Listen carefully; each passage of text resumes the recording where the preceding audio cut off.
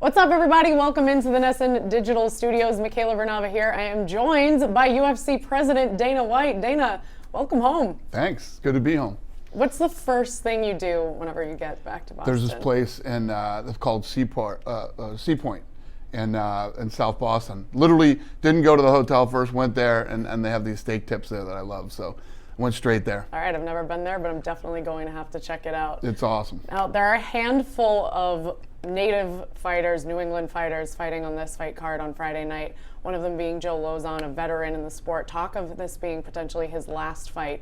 What has he done for the sport throughout his career? Yeah, no, he's been great. Not just for the UFC and for the sport, but for mixed martial arts in New England. He's right up there with most performance bonuses. All of his fights are exciting. And he also has a great story. This kid was like a computer nerd and who fell in love with martial arts and, became a big name here locally and a big name in the UFC. I love the kid, but all that said, it is time for him to retire. Unfortunately in professional sports, we all get to a certain age, win, lose, or draw. I would like to see Joe Lauzon retire. We all get to that age unless we're named Tom Brady. But yeah, yes, that's otherwise. True. Good so point. Joe, in a lot of ways, has led the charge for the crop of New England fighters. Another guy coming out of New England now who's making a name for himself, Calvin Kattar, was supposed to fight on this card, now is fighting in Moscow next month against Zabit. What are you expecting from that? Yeah, so it's unfortunate that fight isn't happening here. Zabit got ill with a pretty serious staph infection. So we had to move that fight, but yeah, that kid is awesome. Kattar is a bad boy, and I expect big things from him. And if he can win this fight against Zabit, especially in Russia, it's funny how that thing flipped. We were going to be on, Kattar's home turf. Now we're in Zabit's home turf. But if he can win that fight in Russia, it's a massive fight for him. And it takes that kid to a whole nother level in the sport. And even though it's not going to be in Boston, you can tell how much all the Boston-based fighters really rally around each other. Expect that support to go overseas to Russia for Calvin. But seeing how tight-knit they are and how good these fighters are becoming, Boston becoming a little bit of a mini hotbed, what do you envision for the future of MMA in your hometown? Yeah, I think that these guys that we're talking about now, are leading the charge for, new up-and-coming talent, not just out of Massachusetts, but out of New England. What is it like for you? What does it feel like when you walk into TD Garden and you see the octagon sitting there, and then when the lights go on, you get to watch a fight in this place where you're a big Boston sports fan? Yeah, I love it. It's always special for me when we come back here, and I always have this pressure to put on really good cards, every time we come to Boston. And I'm looking forward to tomorrow night. While we're on New England, can we get a prediction for the Patriots season? Yeah, I predict what I always predict. We end up in the Super Bowl again.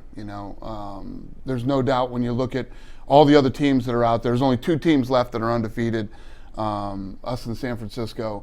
And I just think that the trio of Kraft, Belichick, and Brady, is one of the best ever in the history of the NFL. And Belichick is so brilliant at bringing in talent that nobody's ever heard of, turning them into stars, winning games, and winning the AFC Championship and getting to the Super Bowl. He's a genius. He's we always talk about Brady being the GOAT, and which he is. And but so is Belichick. Belichick's, one of the greatest coaches to ever coach football. Kind of could be talking about you, though, when you say bringing in talent and turning them into superstars, and 2 up-and-comers that are fighting on this card on Friday night, YAIR Rodriguez and Jeremy Stephens. Yeah. A lot brewing with that fight. What is your take on that whole situation? So, Jeremy Stephens is one of the nastiest, toughest, meanest guys you will ever meet. And YAIR after the fight was saying to him, after the eye poke, he got poked in the eye, for Jeremy Stephens to not continue to fight, he has to be hurt. I mean, because this guy is an absolute savage. And, a lot of bad blood between these two. So today are the weigh-ins, and I'm going to be ready for that one for the stare down, because those two do not like each other. That could be the main event on Saturday. It was the main event in Mexico a couple weeks ago. And I expect that fight to be nasty. Yeah, tensions really brewing at Media Day. They had to rearrange the time that Jeremy came to speak with media. Oh, did they really? I didn't even know that. YAIR was having breakfast. They didn't want them to cross paths, but that should be an interesting one. Of those two guys, it's the featherweight division, so loaded with talent. Who do you see really becoming I mean, they're already both mini stars of their own, really rising in that division? First of all, like you just said, these guys hate each other right now, and it's going to be a great fight. But it's a very important fight for them, for their future, and for the division. So a lot riding on that fight, other than just personally. And then the main event, Chris Weidman versus DOMINICK Reyes. What are you expecting out of that one? We have Reyes, who's on the rise, and Weidman, who's sort of trying to make a resurgence. Couldn't have said it better myself. I mean, that is the story of that fight.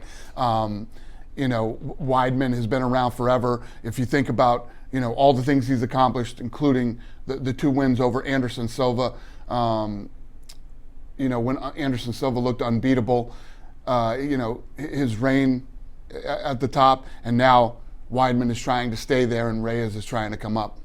Of all the fights that will go down at TD Garden on Friday, which one are you most looking forward to? Well, we didn't talk about the Robertson Macy Barber fight. Macy Barber, undefeated, 7-0, she's 21 years old, wants to become the youngest female champion ever. I think that's going to be a fun fight too. I had to bring that one up because I think it's going to be great, and we didn't talk about any of the ladies. So that's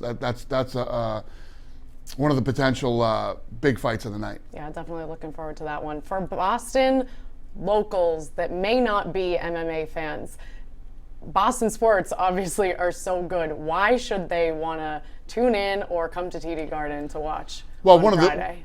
A couple of reasons. Well, first, Boston is a big sports town, but Boston's a big fight town too, and to have a big fight here that night. But if you can't make it, it's live and free on ESPN too. So why would you not watch it? Love it.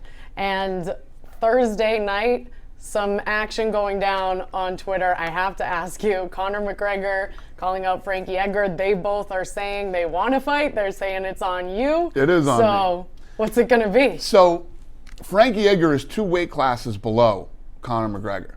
And we have other plans for Frankie right now. That's not the fight to make. What is the fight to make with Frankie then? So right now, Uriah Faber just came back from retirement and looked phenomenal in his fight. We have a bunch of guys in that division right now that we're trying to sort out and make fights for. Frankie had a fight, and his fight fell out. He was going to fight Aljamain Sterling. So we got to see what's next for him. And that guy's in line for another title run. You know what I mean? So for him to jump out of his weight class and go up 2 weight classes to fight Conor makes absolutely no sense when he could possibly be in line for another title shot. And then for Conor, we got Cowboy, we got Gaethje.